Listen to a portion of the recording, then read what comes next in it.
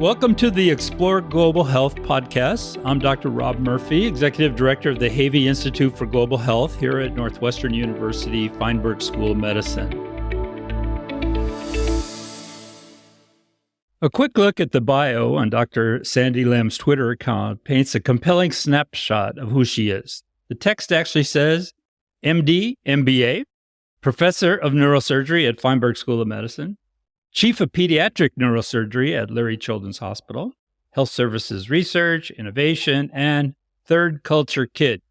We're going to dive into all of these facets of Dr. Lam's life and career today, as well as her work here at the Havey Institute for Global Health in developing capacity for a sustainable program for elevating pediatric epilepsy care in Uganda and sub-Saharan Africa. Welcome to the show, Dr. Lam. Thank you so much, Dr. Murphy. Well, let's start at the beginning. You refer to yourself on Twitter as Third Culture Kid.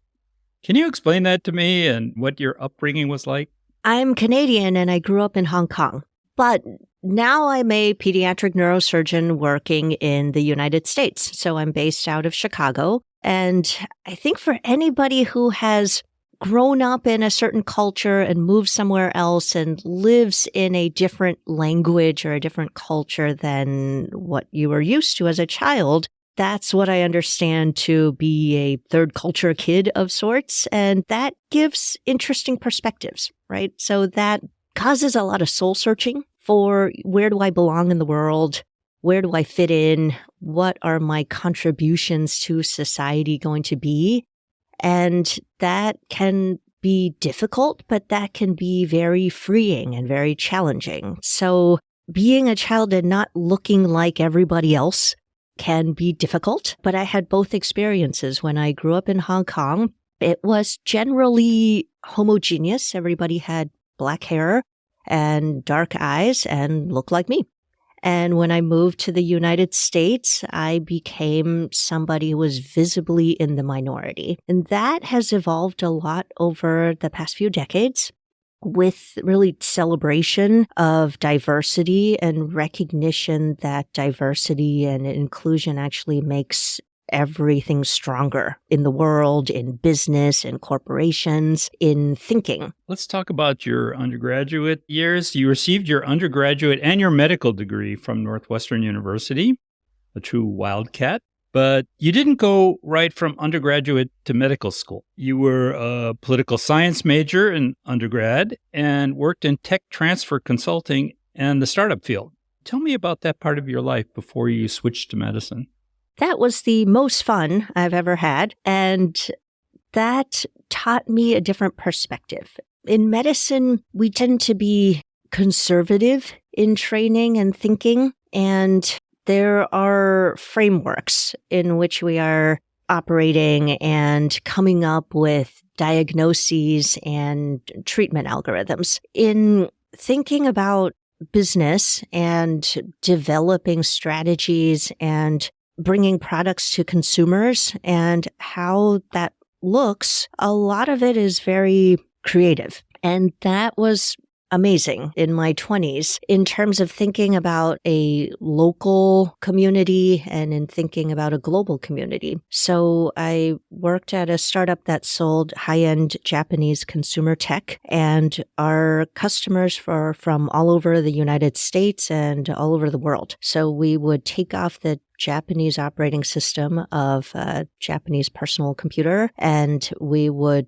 put on the operating system of any other language that you would request. And then we would send it to you by courier. And it was an opportunity to meet people all over the world and to really understand what customers needed and wanted and to really provide a service. And I learned a lot about sales and business development. And it sounds strange to have a neurosurgeon talking about sales, but that is a really important people skill for life, to really connect with people and understand what it is that makes them tick and what it is that they need and what it is that could make their daily life better. And I feel like I still do that as a surgeon.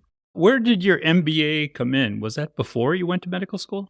My MBA was after my neurosurgery training, and I get a lot of questions from students now in college and medical school and at any point in the educational journey for when do I do an MBA? Should I just do it now and get it over with? And I actually think that there are pros and cons, but to me, having that additional experience in life and different perspectives made me feel like my MBA later on in life was more valuable because otherwise, when you're a student, you get really good at going to class and taking tests and you kind of study to the test, right? But I appreciated school more after working the sales world and business development world and working in medicine. When I got to actually read and think about things that were beyond my daily scope of neurosurgery, and I got to interact with my classmates and professors who were from all different walks of life, I really appreciated that time.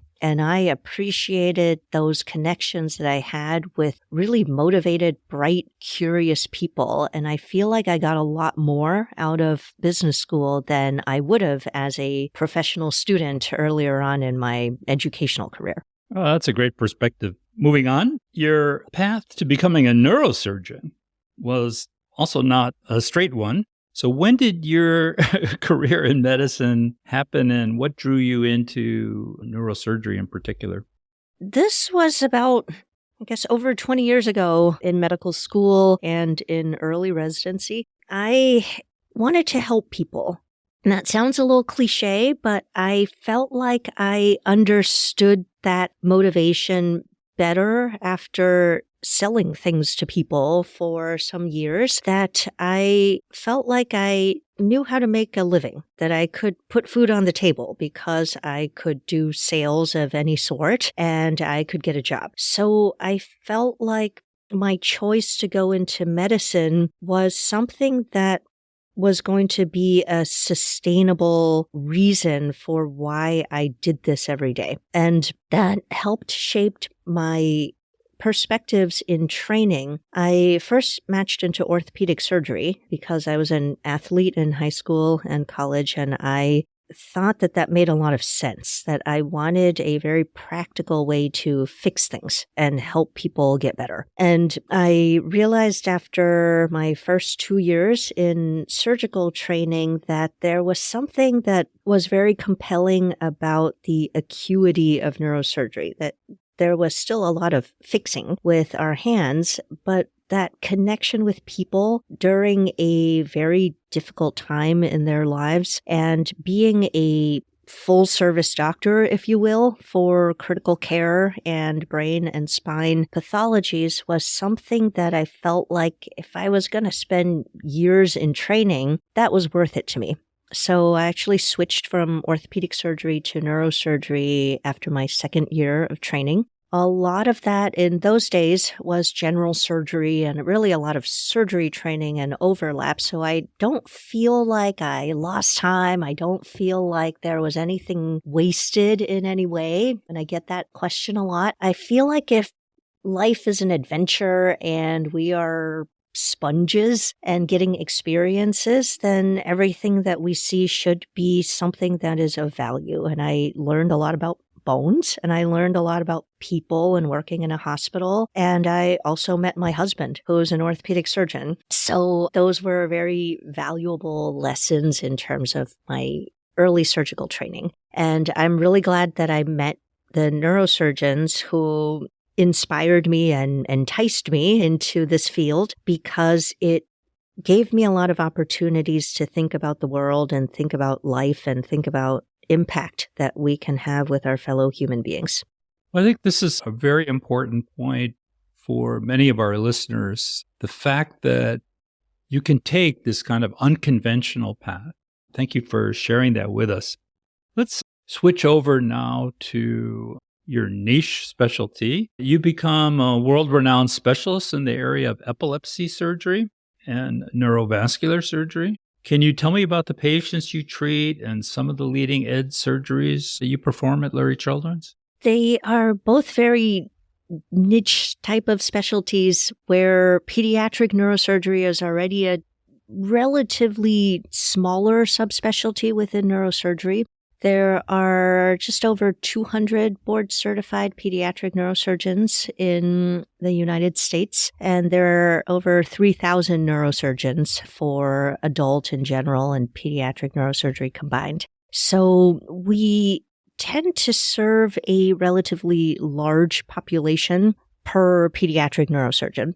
So when we look at the things we do and the type of research that we can do to all learn together and push the field forward, we recognize that what we treat is relatively rare. So that made us think together as a field that we really have a strong spirit of collaboration. First of all, there are not that many of us. We all tend to know each other, and we really believe in working together and pooling our experience and really having the power of all. And that is the basis of a lot of my research in outcomes and also in big data research and healthcare economics research in the United States for epilepsy. And epilepsy and neurovascular in pediatric neurosurgery tend to have a smaller number of patients. All of the surgeries that I do tend to be cranial surgeries because it is for vascular conditions of the brain. There are some vascular conditions of the spine as well. And then epilepsy surgery is also brain surgery. They're both very team-based approaches for either neurovascular conditions in children or epilepsy or continued seizures in kids. So for epilepsy, it actually translates to global health very well because epilepsy is the most common neurologic condition in the world. So over 80 million people in the world are affected by epilepsy by epidemiology estimates. And that burden of epilepsy is actually disproportionately distributed where more people affected by epilepsy are actually in low and middle income countries as opposed to high income countries. As you just mentioned, low and middle income countries, they're more impacted than even we are. What point in your career did you start to pursue an interest in global health? I envy young people these days who kind of see global health as something they want to pursue, and they know that this is something that they want to incorporate into their careers. I think this is wonderful. When I look back, I had no idea that this was something that I was going to do, and I had no idea that this could even be in my path. And as you see a recurring theme, I'm very lucky to have had a lot of opportunities, and I also had the curiosity to seize on some of these opportunities. And I'm really grateful for the people I've met along the way who have really inspired me. So after my fellowship, I trained in neurosurgery at UCLA, and I did my fellowship in Pittsburgh. After my fellowship, my mentor said, there's somebody who I used to work with, who used to be a very prominent pediatric neurosurgeon in Pittsburgh, who has now transitioned to living in Africa with his wife, a pediatric nurse practitioner. And this was Dr. Leland Albright and Susan Ferson. And Leland Albright had moved to Kenya in semi-retirement from pediatric neurosurgery to develop the field of pediatric neurosurgery and to develop training for neurosurgeons in Africa in pediatric neurosurgery. And he was working in Kenya. So I went to Africa because I wanted to climb Mount Kilimanjaro after my fellowship.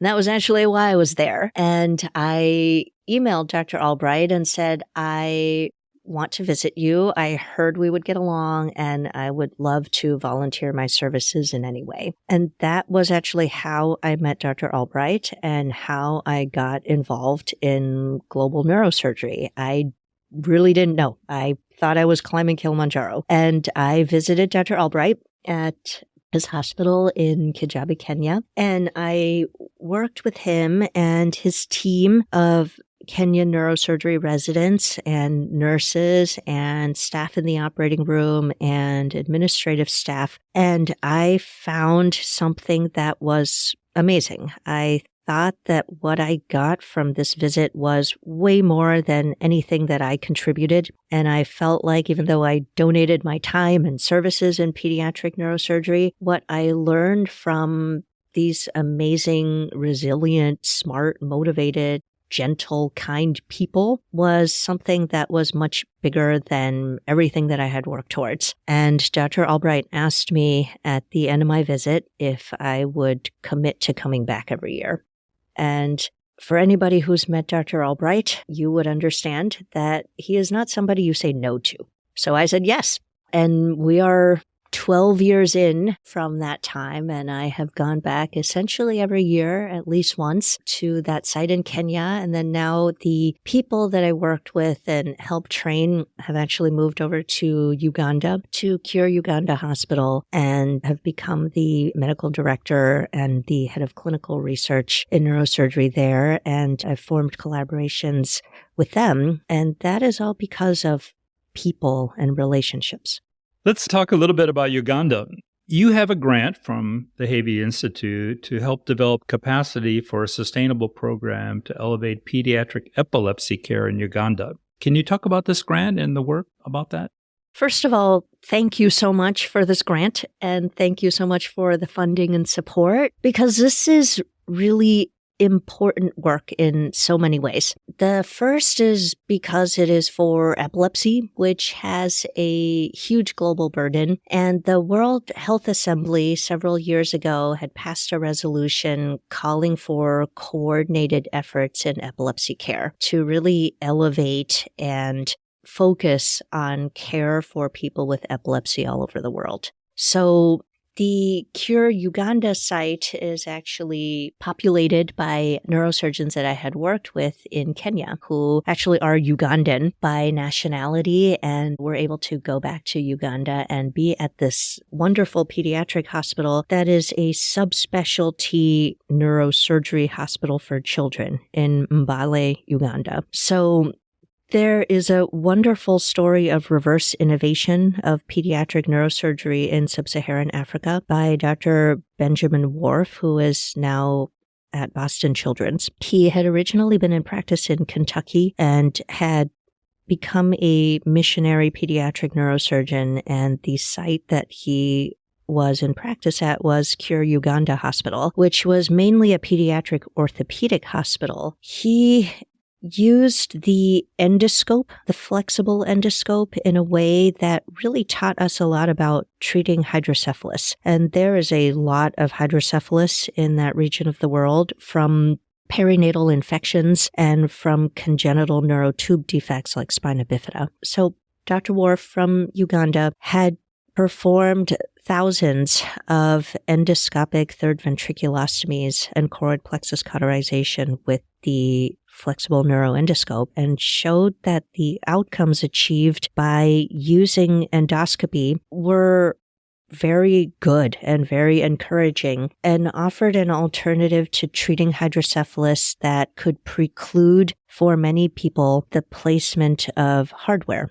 So a lot of these babies actually did not need ventriculoperitoneal shunts that would be permanently implanted into their bodies. So that taught us a lot about hydrocephalus and when there is a need, how do you innovate in a way with what you have that could give better outcomes in a condition-specific and a location-specific type of way. I actually learned flexible neuroendoscopy in Africa. It changed the way that I could do that surgery, and I've brought that back here to the United States, and I've taught it to my trainees and actually to my colleagues and my partners. And now the way that I use that instrument, the flexible neuroendoscope, is very different than the way that I did 5 years ago or 10 years ago. And I continue to take those approaches and the way that I think about the neuroendoscope now to apply it to not just hydrocephalus, but to other problems that we see more commonly in high-income countries, like tumors or other types of pathologies, so that I can actually get to places in the brain in a more minimally invasive way and think about avoiding other types of surgeries or procedures and be able to apply the use of the flexible neuroendoscope in different ways. And we've been able to publish on new techniques and really think about how to push the envelope in minimally invasive pediatric neurosurgery. And I credit all of this to my African neurosurgery colleagues teaching me and having that patience and the perspectives to be able to teach me how to be a better pediatric neurosurgeon. My colleagues now who are there, Dr. Emmanuel Bagoye, who Dr. Worf trained, and Dr. Humphrey Okechi, who Dr. Albright trained, they reached out to me and said, we're pretty good at taking care of babies and taking care of children with spina bifida and meningitis and other congenital and neonatal types of conditions, to the point where when we see patients in follow-up, they are now school-age children and they are not at risk of dying. They are actually living for many years, but we realize that they have conditions that impact their quality of life, like epilepsy and spasticity. And this is a consequence of the conditions they were treated for as a baby. So we recognize that there are actually very good neurosurgical procedures that we can offer that can cure or can really lessen the burden of epilepsy and spasticity. But we were not really trained in a way that gives us the tools to be able to develop an epilepsy surgery program. Can you help us? That was a long answer with a long history, but really kind of puts into context why this place of pediatric neurosurgery is so special, that it is a place of reverse innovation that really taught us a lot about pediatric neurosurgery from the techniques that Dr. Worf applied in hydrocephalus from Uganda and has really changed the way we treat hydrocephalus in high-income countries now. And also speaks to the power of these outcomes from the babies being treated with congenital conditions and infections now living longer and having diseases that have a chronic burden. And for epilepsy, there are medications that can treat epilepsy and give good seizure control. And there are people who fail these medications and continue to have seizures and have a reason or a specific area of the brain why they're having seizures. And those types of patients actually may be very good candidates for epilepsy surgery and can have a surgery to remove the lesion that is causing the seizures, and that can actually produce a surgical cure. And that is, from a surgical sense, wonderful and awesome. And that is kind of from my nerdy neurosurgery side, that's a success, right? But when you think about it from a society and family and community perspective, a child who is having seizures all of the time is something that affects more than the child. It places a burden of care on the family, on the parents, and really takes time and resources and attention away from their siblings, and time and resources and attention away from the community. And also there is a large social stigma to having epilepsy. Many cultures can think that it is being possessed by the devil or retribution for the family doing something bad in their lives. And it really can cause a lot of mental health issues for people with epilepsy that are comorbidities, but can also be very socially isolating for the families and be a big cause of social stigma. And a lot of families have foregone employment or really have to put a lot of resources into caring for somebody with epilepsies. The prospect of being able to diagnose somebody with epilepsy and find a surgery that could potentially cure somebody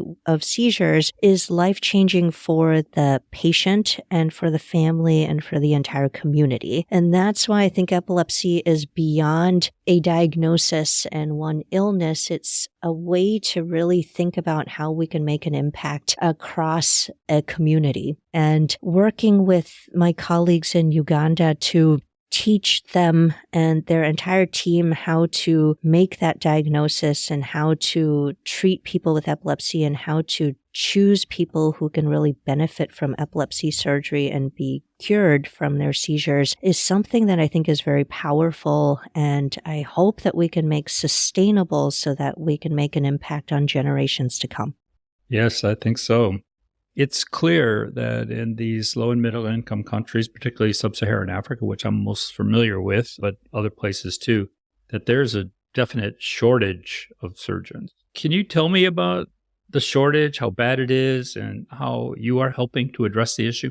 The estimates for the shortage of neurosurgeons is in the scale of tens of thousands. So an estimate from a global surgery study from a few years ago is about 22,000 more neurosurgeons are needed in the world to be able to address sustainable development goals from the UN for the world population having access to safe surgery and safe anesthesia. So if you look at the population of children in the world and you look at where the people under the age of 18 actually live in the world, the largest concentration is actually in sub-Saharan Africa and Africa.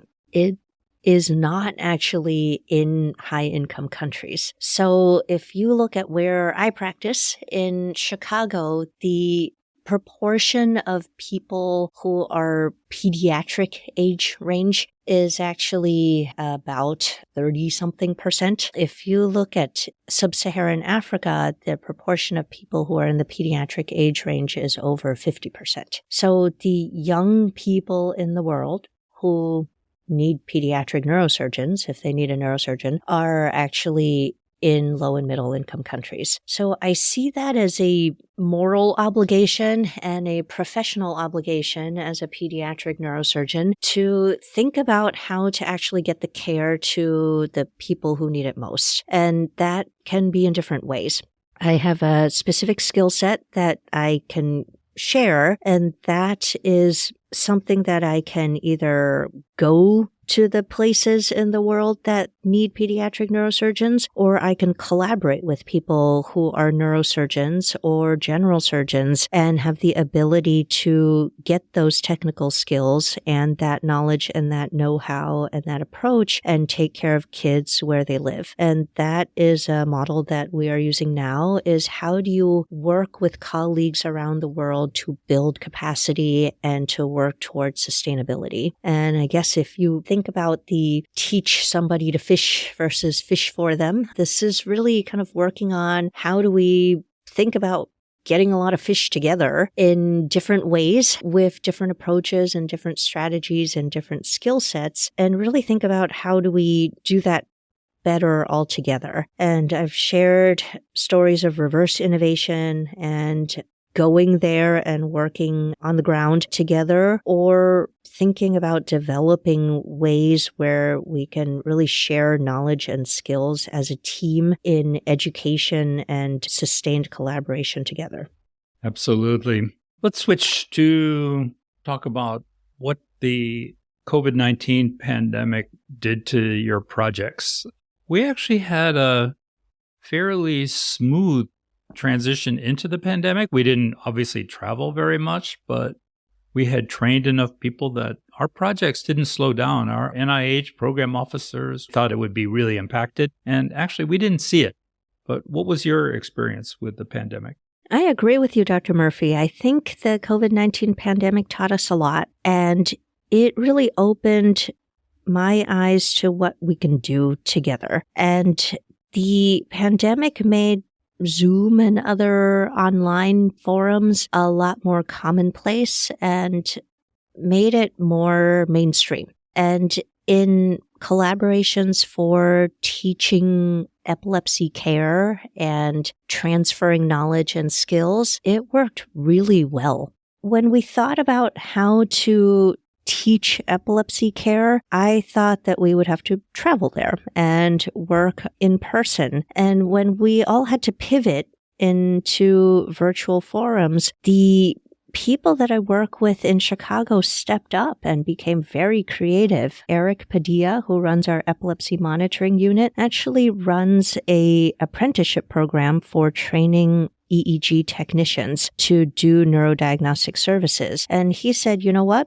I know how to train people. We have a curriculum, and I can teach people how to do EEGs. And we can modify this to be online and virtual, and we can teach on Zoom. And we can do this with video. We can do this with different models, and we can really even remote into their servers to be able to configure the montage so that we can see the EEGs in the same way. And the company that had donated the equipment to Cure Uganda actually is the same company that we work with here, and they actually helped facilitate this as well so that we could configure the output of the EEGs in the same way. And our whole team jumped in. Our EEG technicians who were EEG instructors and the Neurodiagnostic Society of America donated materials for education and gave online modules and online textbooks and online quizzes. And we were able to meet with the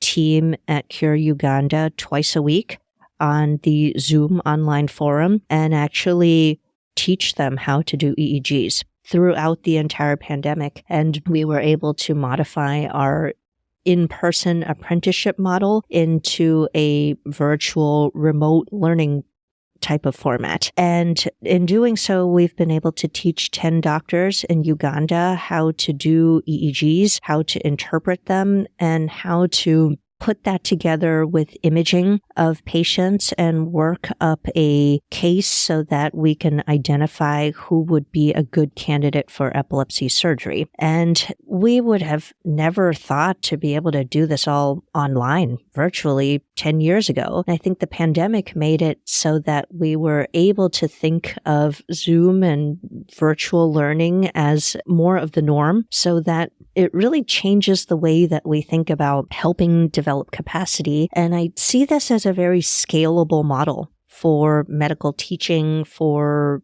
surgical teaching, and it really expanded our world in terms of how we can scale epilepsy teaching and epilepsy care. Now we have our final question. We ask every visitor on our podcast, what would you tell a current medical student who is interested in global pediatric neurosurgery or pediatric surgery even in general? I would say be curious and have an open mind, and life does not have to take a linear path. And the most important thing is to understand that everybody needs to have a why, and you need to have an answer to your why. And if you understand your why and why you're here and what you hope to do in your daily life and in your years here, it will really help you understand opportunities and choices and how you want to spend your time and how you want to spend your days. It doesn't have to be dictated by what somebody tells you in school or somebody tells you in your current structure. It really is about being true to the type of impact and the type of change that you want to make in the world. Great answer. It's been lovely having you here on the podcast, and I can't thank you enough for taking the time to be with us today. You're a great model for our young faculty and students who have an interest in global health, and I thank you very much for sharing all this information today. Thank you so much, Dr. Murphy.